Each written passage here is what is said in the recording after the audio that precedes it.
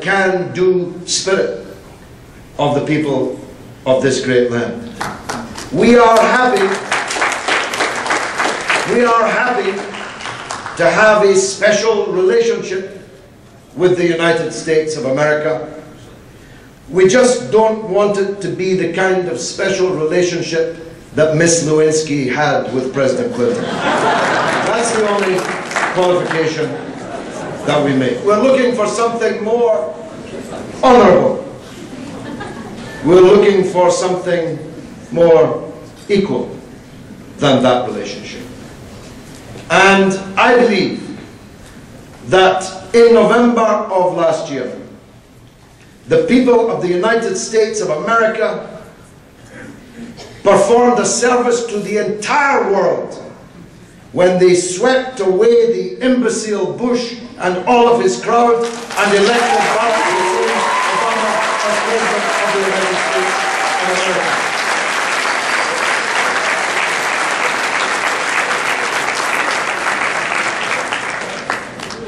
The second thing I'm not going to be talking about,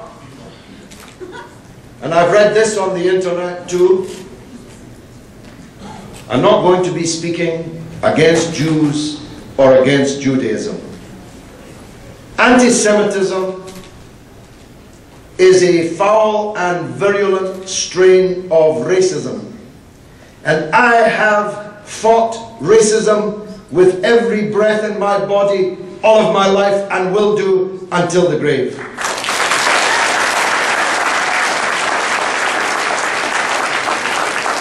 This conflict has nothing to do with religion. God is not an estate agent. God did not give land to anyone. And especially He didn't give land that belonged to other people, to foreigners to come from the United States of America, Britain, France and elsewhere to go and steal it. That's not the kind of God that we believe in. We don't believe that Zionism equals Judaism. You don't have to be a Jew to be a Zionist. Many Jews are not Zionists. Most Zionists are not Jews.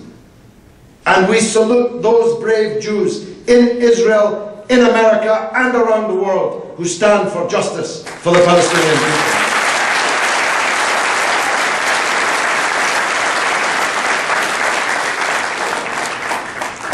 So don't play the anti-Semitism card at me.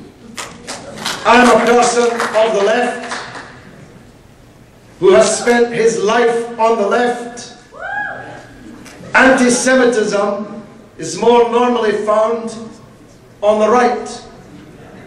Anybody who thinks George Bush loves Jews has never visited his golf club. The reality is this. I'm one of the few people on the left to have spent time in apartheid South Africa. I was there undercover as a servant of the African National Congress when its leader Nelson Mandela was being denounced as a terrorist and was incarcerated in the dungeon at Paulsmoor.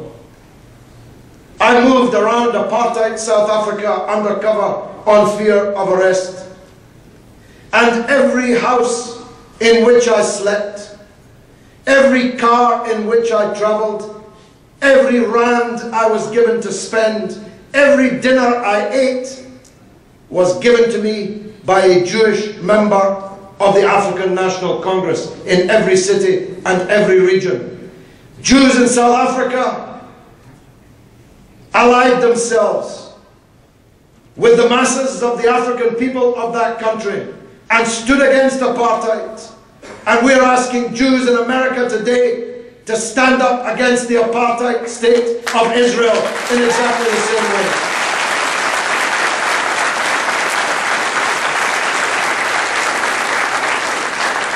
And the third thing I'm not here to do, although my name is George, is to recolonize America.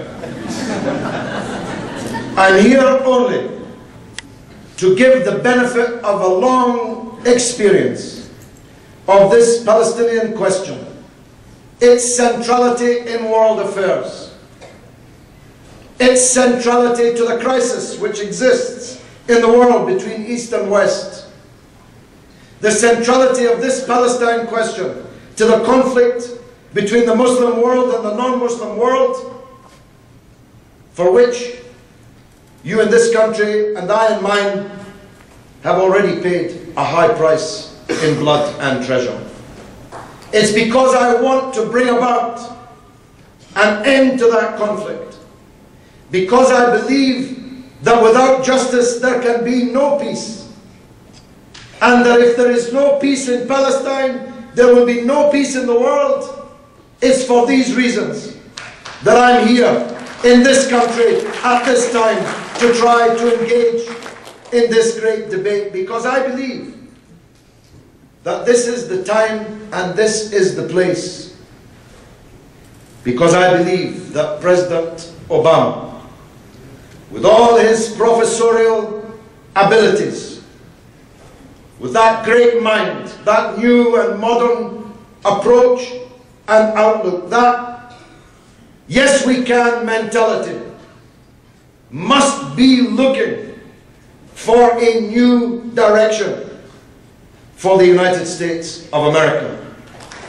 I know that he is, because I read the blogs of Israel's most fanatical supporters, and trust me, they're very anxious indeed about the search going on in Washington for a path out of this conflict. And it's because I believe that Obama is looking for a way to forge a new future for the United States in the region that I make this appeal. All we are asking for is that the American government acts in the interests of the people of America and not other people, and not the warmongers, not the exploiters, and not the occupiers of Palestinian land. All we're asking for is that the government of the United States acts in the interests of its own people. It's not much to ask, you know. Most governments in the world have it as their primary duty to act in the interests of their own people. But for a long time, the successive governments of the United States of America have not done so. And that has contributed to filling a swamp of hatred and bitterness in the world against the role of the United States. Double standards, injustice, supplying blank checks to ever increasingly more right-wing and aggressive Israeli governments, funding every crime that Israel commits, exculpating Israel from every jam into which it takes the world. So I believe that this is a crucial moment. And that's why I spent 19 days in the United States last month. I'm spending 10 days in the United States this month, and I'll spend another 15 days in the United States next month, because this is the time to change America's role in the Middle East.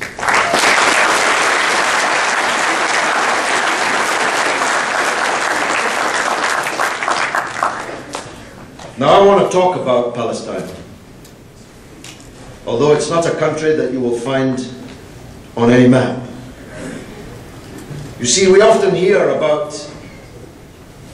Ahmadinejad threatening to wipe Israel off the map, even though every professor of Farsi from Tokyo to Tel Aviv now agrees that actually he never said any such thing. And in any case, Iran does not have the means of wiping Israel off the map, though Israel has the means of wiping Iran and many other countries off the map. But the reality is only one country has been wiped off the map.